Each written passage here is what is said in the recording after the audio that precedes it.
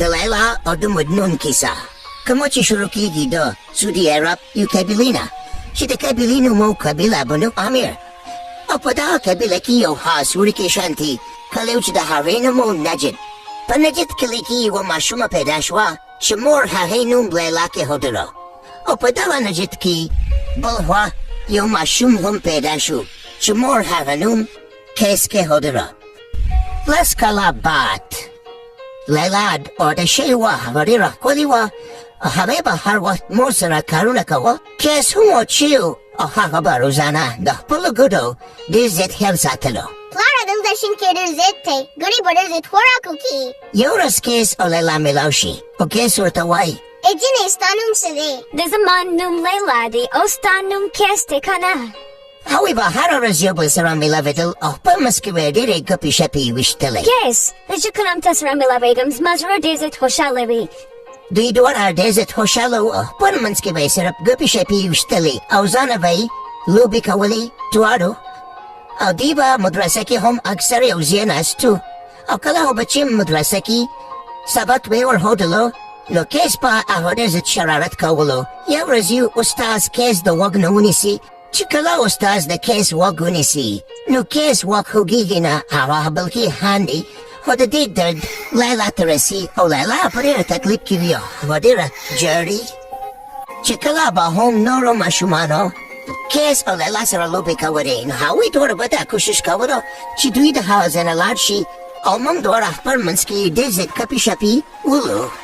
هغوی خپل منځ کې ډېر زیات خوشحاله وو چې کله به هم شپه شوه نو کیس به د سهار انتظار کولو چې کله به زه دوباره لیلا سره میلاوېږم، او لیلا به هم د کیس په سوچونو کې روزانه ډوبه وه.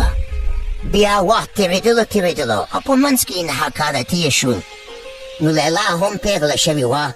هغه ډېره زیاته پرهېزګاره او ایمانداره نجلۍ وه. کیس هغه هم ځوان شوی و، هغه ډېر ښایسته او ښکلی ځوانتې جوړ شوی و. هغه به هر وخت شپېلی وهله او دا شپېلی به چې کله هم لیلا اورېدله نو هغې به منډې وهلې او هغه طرف ته به ورتلله. هغوی چې کله زلمي شول نو بیا خو به هم یو بل سره میلاوېدل او یو بل سره یې د هغې نه ډېره مینه وه. کیس په روزانه هغې په یاد کې شعرونه لیکل او هغه نه یو مهان شاعر هم جوړ شوی و چې د کلي خلکو ته د دې په مینې په باره کې پته ولګېده نو قسمه افغانۍ په کلي کې خورې شوې او چې د دې د وجې نه د لیلا پلار ډېر زیات غوسه شوی و او لیلا یې تل دپاره په خپل کور کې بند کړه او کیس هغه به روزانه لیلا ډېره زیاته یادوله او ډېر زیات به پریشانه.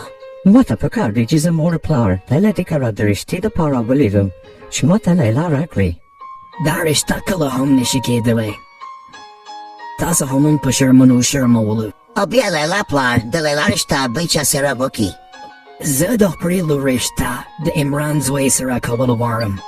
بیا به روزانه د کلي خلکو کیس پورې خندل او هغه ته به یې مجنون ویلو او د دې د وجې نه هغه خپل کلی پرېښودو او یوه غار ته وختو. هغه به دزده روزانه جوړل خو لیلا به یې یادونه.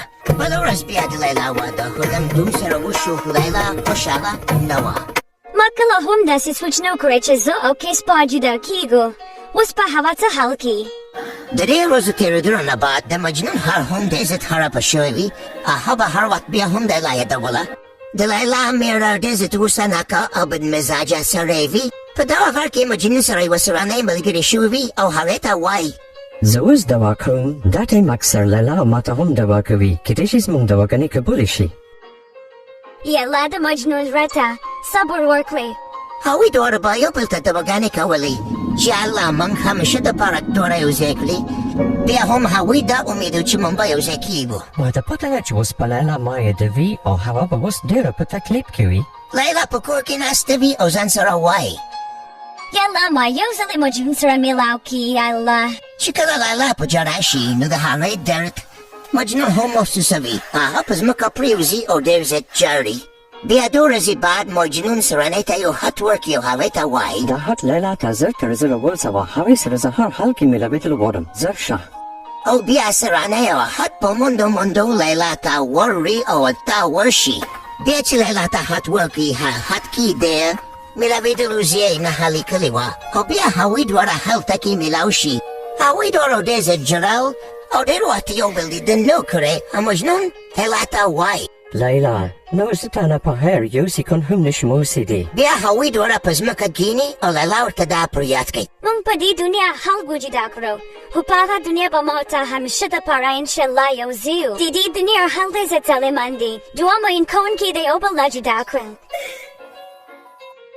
او لیلا الله هر څه ویني مونږ به یو ورځ ضرور یو ځای کیږو او دای کوتینا بارته د لیلا هاوند ولروي هاو دزت وسوي او هرار هم چې دا څوک دی د تاسو دوړه څنګه پټ میلاویږي زه به تاسو ژوندي پرې نه دم راځئ ما سره بیا لیلا د هغه نه واپی هم غواړي وای معاف نکړي او دوړه ځان سره روان کی کړي طرف ته او د کلی کوڅې ته ورځي او خلکو ته هم आवाज وکړي چې بهر راوځي ټول راوځي لیلا تاسو ډېر غلط کار کړی زه به تاسو اوس وژنم دا د زما غلطي وه په دې کې د مجنون هېڅ قصور نشته په دې کې د لیلا هېڅ قصور نشته دا زما غلطي وه لیلا ته ما حق لیکلی و د ته ما مور کړ لیلا پرېږده هغه بیا هم لیلا رایساره کړي او هغه ډېر ووایي چې دا د دې غلطي وه او په اخره کې لیلا د مرۍ نه ونیسي او هغه مړه کړي او مجنون ډېر وسوي خو هغه باندې اتیک وکړي په اوسه کې مجنون د لیلا میړه په واړو مړ کړي مجنون چې کله لیلا ویني نو هغه ډېر جاري